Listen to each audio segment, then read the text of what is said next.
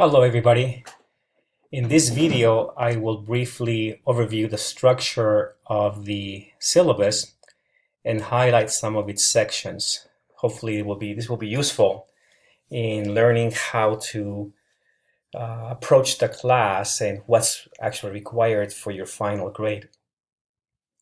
As you can see, this class has a section number of 41051, so you should have been already register into that section, obviously, if you're in this class.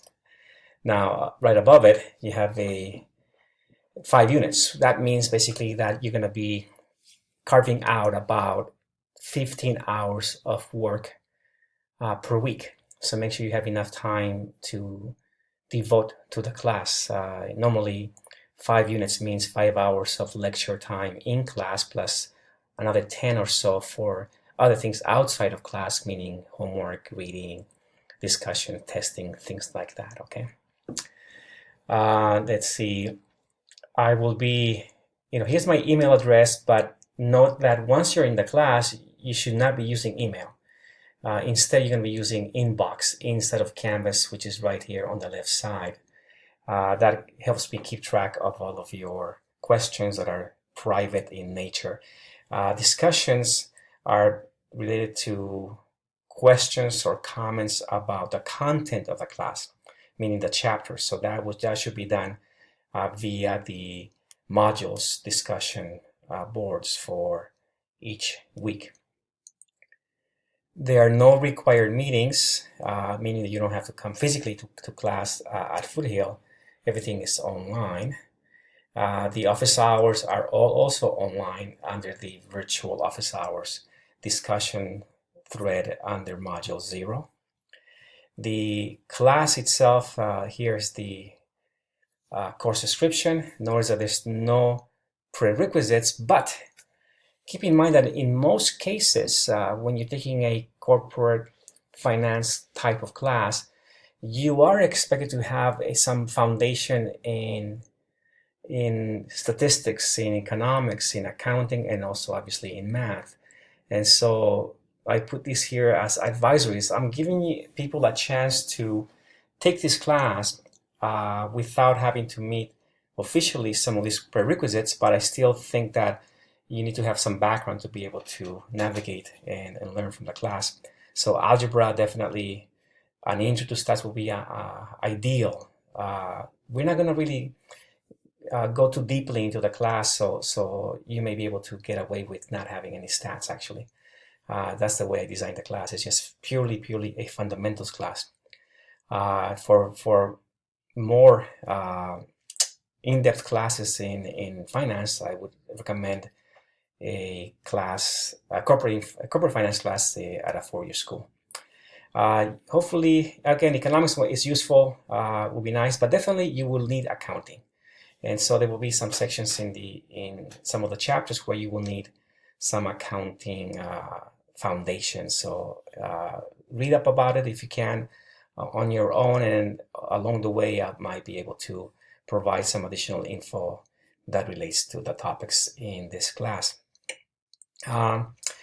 The structure is as follows. The first 5 chapters will actually be covered, and I guess this should be 1 through 5. I made a mistake. Midterm exam will cover chapters 1 through 5, and you can see there what are the actual topics. In phase 2, you'll be covering the next 5 chapters, chapters 3, 6 through 10, and that will also be part of your midterm exam number 2. And at the end, these are the chapters that, again, you would actually have needed to do some statistics, but we're just going to cover it very lightly. And in the final exam, it will be tested, but at a very light level. So the exam itself, notice it says comprehensive. Well, it's comprehensive with respect to theory, meaning concepts from chapters 1 through 13. But in terms of problems, it will only maybe includes some of the minor calculations that you will learn in the latter chapters 11 through 13. Just as a reference point, you will see that there's actually a number of business classes. I'm the chair of the department, and so I want to always market other classes that we have available to you.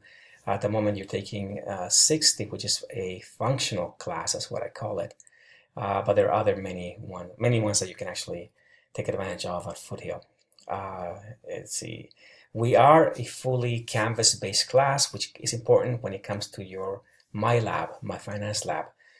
Later you'll see that you don't need something that you would need if you were not a Canvas-based class, which is the course ID.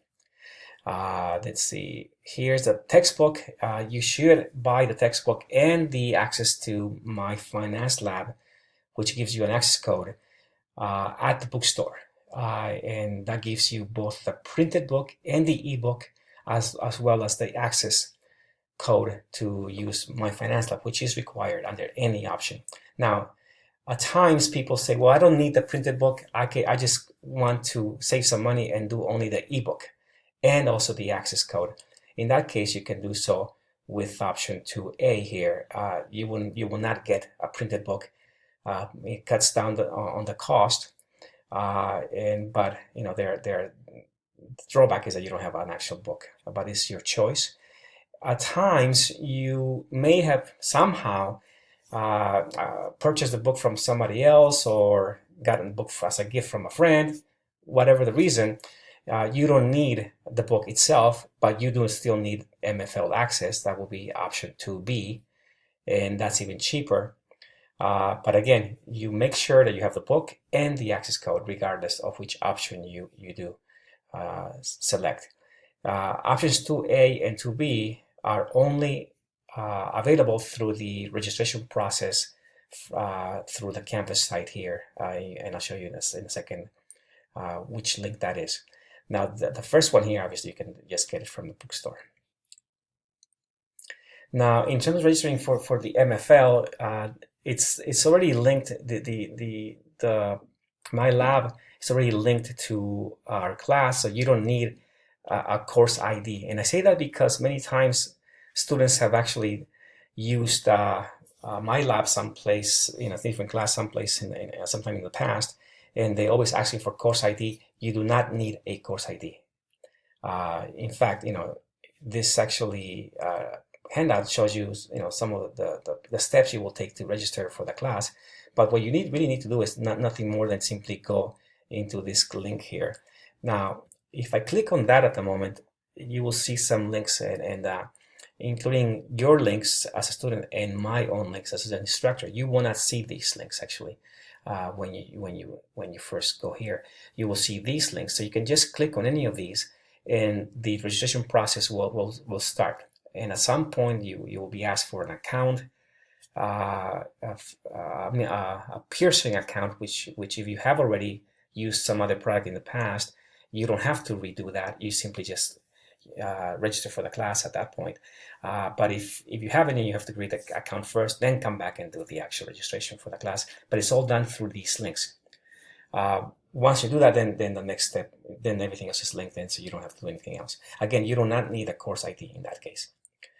If for whatever reason you need to access My Finance Lab, actually that should be MFL, not from within Canvas, but from outside of Canvas, you can use this link, but normally you won't need it. But just in case, I put it there. Now, the actual assessments, like the quizzes, the exams, the homeworks, it will be all embedded through the modules. So really, you don't have to come here to look at the assignments. You have to just go follow the modules, and you'll be able to access all of the required assessments. But if you want to access the actual tool in general, then you can go through these links. Let's see. Let's go back to the syllabus.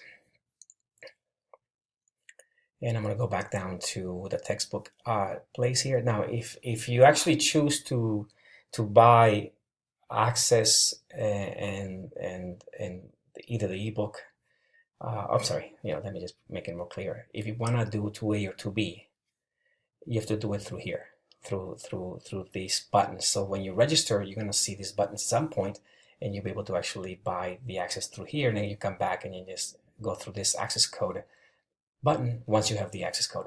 Now, if you don't have money initially, you can then instead go through this link at the bottom and to get a temporary access into the tool for 14 days, but eventually you will need to come back and upgrade by having bought the access code. Communication, as I said before, don't use email. Instead, use inbox for any of the private messages that you might want to send to me. Questions about the class itself, go into the either the orientation discussion thread or my virtual office hours discussion thread under module 0. Any content related questions regarding the homework or regarding the reading or the concepts should go into the modules, this CP threads. There's a CP thread for reading, CP thread for homework, and CP thread for anything other. CP meaning class participation threads. And you're required to do at least one per week per chapter. Let's see. My turnaround in terms of feedback to your questions, either in the inbox or in the discussion threads in the modules, is the standard is actually 24 to 48 hours, but I probably will respond to your questions much faster than that. I'm constantly on, especially from Monday through Friday, which is the official days for the class. I will not commit to being in class over the weekend, even though some of the deadlines are over the weekend. That's for your convenience to be able to submit work. But the class itself goes from Friday goes through Friday at noon. And so I will respond to questions very quickly within hours, but definitely within the standard of 24 to 48 hours within the work week. And then if I happen to have time over the weekend, I may come in and do some of that as well. But the weekends I reserve for my, normally my prep work, my grading, and even a little bit of social life. Course assignments, you can read more about these assignments on your own. I want to make this quickly. Notice that the grade is made up of 4 out of 100%. 4% is your 10 logins once per, again, I want 3 at least, hopefully even more than that, but you're graded on 1 login on Monday, or actually, I shouldn't tell you this because I wanted to make sure that you do it on Monday, but also you can do it on Tuesday. So Monday logins, 10 of them from weeks 2 through 11 will be what constitutes your basis for your 1 point attendance. There's 3 points for your class participation postings, again, once per week per chapter at the very minimum in the modules, only in weeks 2 through 11, and that will give you 3 points, so it's 4 total. There's an initial check-in task that will be 0 points, but you have to do it to continue to be in the class. There will be 4 quizzes, 3 count, and so 1 is dropped, and so 3 times 2%, that will be 6% of your class. There will be 9 homeworks, 8 of them count, one is dropped, the lowest one is dropped automatically, and it will be 8 times 5, so that's 40% of the class. Notice that the homework, or the drops, in the gradebook, they will be progressively dropped. So whatever is the lowest at each point in the class, even at the very beginning, will be dropped. So the grade out drop scores will change as you progress through the class. Keep that in mind as you view your gradebook. Midterm exams, again, 1 through 5, 6 through 10, they are worth 10 points each, 20% of total. It will be midterm exams. The final exam is 20%, and then you have a case study project, very likely 10%. The standard grading scale applies. You've probably seen that before. And there's here a section on graded policies. Now I'm going to stop at that moment because I know that my tool only allows me 15 minutes for each video. So I'll come back with a part 2.